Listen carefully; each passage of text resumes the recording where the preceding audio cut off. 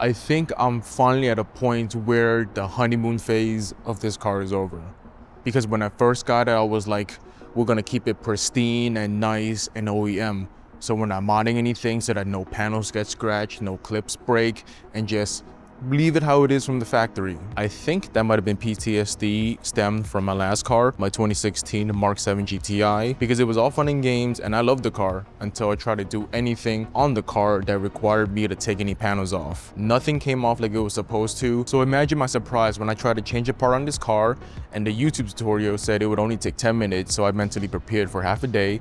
But it actually did only take 10 minutes. So this video, I'm putting in something that's pretty important, a short throw shifter, because you know, manual transmission, so the shifter is pretty important. Right from the factory, the BRZ comes with a short throw transmission already. I can't say for certain if the GRD6 does. I would assume so because it's the same car, but then again, the way the engine is tuned from Toyota and Subaru is different, so who knows, maybe someone in the comments can confirm. I just couldn't find anything from Toyota that it lists or states that the H6 does come with a short throw shifter, the way that Subaru does specifically mention that the BRZ does come with a short throw shifter. For the sake of this video, everything I say is in reference to the BRZ because that's what I have and that's what I know. I'm putting in the short throw shifter from CravenSpeed. There's a few reasons that I think are pretty important and what made me want this kit from CravenSpeed instead of the other competitors out there. First off, I will say that they actually don't offer that many mechanical or performance parts for the BRZ or the H6 or really much Subarus overall. I mean, they have some, but it's not that extensive, but they are well known in the Miata and Mini community. So they got a reputation. It's not just some company that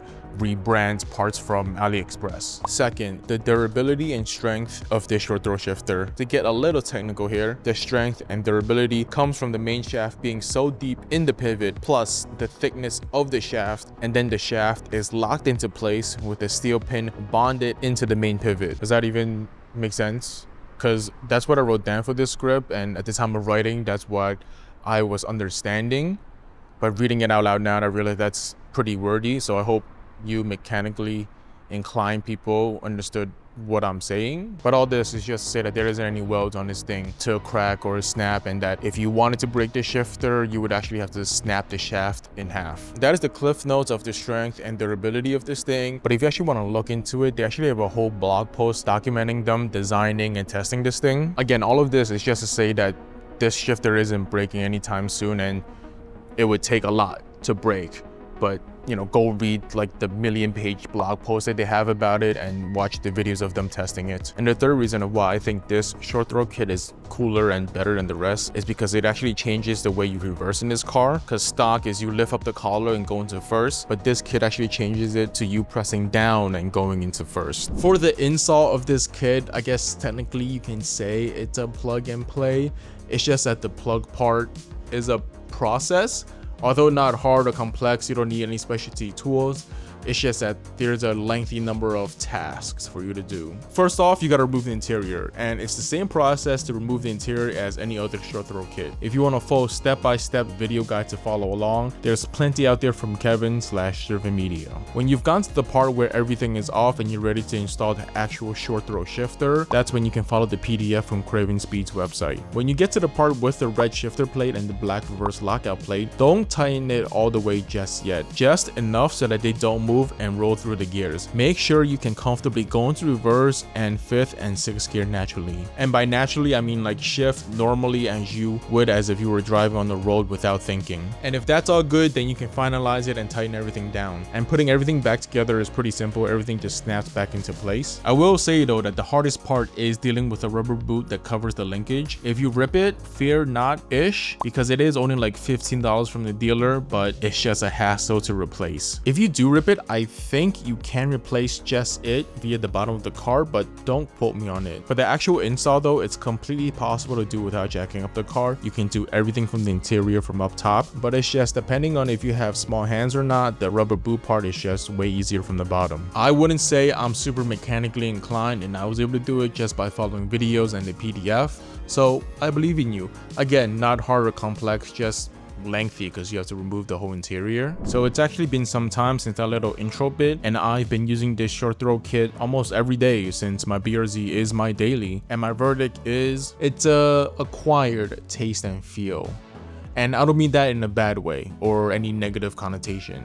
For example, like, I hate raw oysters. I know a lot of people love it, but I just hate it. I hate the taste and the coldness of it, no matter how exquisite, how much lime you squirt on it, and how many happy hours there are of it. I didn't know what to expect because I've never had a short throw kit at all. In fact, I've never even owned a manual car before this. I've recently driven a 2013 WRX with a stock transmission, stock throw kit, stock almost everything. And the shifting throws on that thing was long. Every time I needed to shift, it almost just felt like I was throwing a jab, like in boxing. If I'm comparing my BRZ to that 2013 WRX, I'm like, yeah, I definitely enjoyed the short throw of my BRZ way more, and there's a massive difference. For the BRZs, even though it states that it comes with a short throw kit, there's a factory option to get another short throw kit. But based on the internet consensus, it's not worth it for the price, because apparently it only reduces it by another like 10% of shifting throw, which is nothing. While this CravenSpeed short throw kit reduces the shifts by over 30%. I've never actually taken like a tape measure to measure the before and after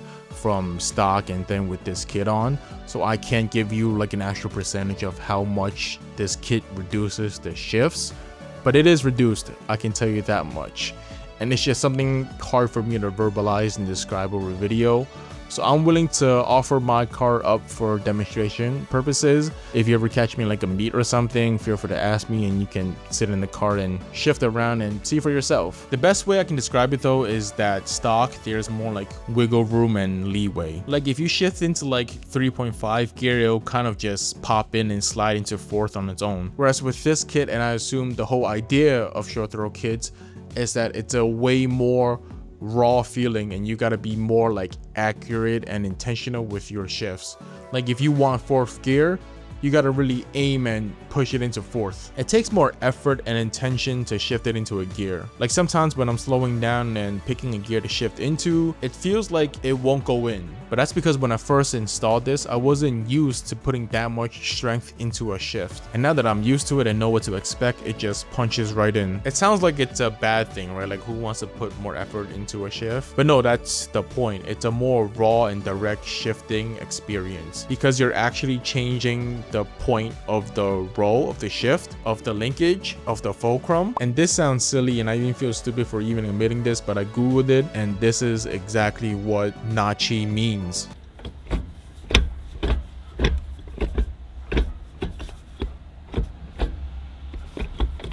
In the beginning, in the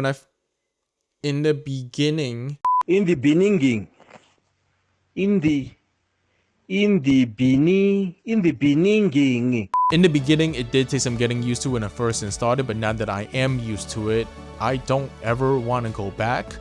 I don't ever want to drive a car with that really long, like, shifting throw. I really like this notchy, short, accurate shifts.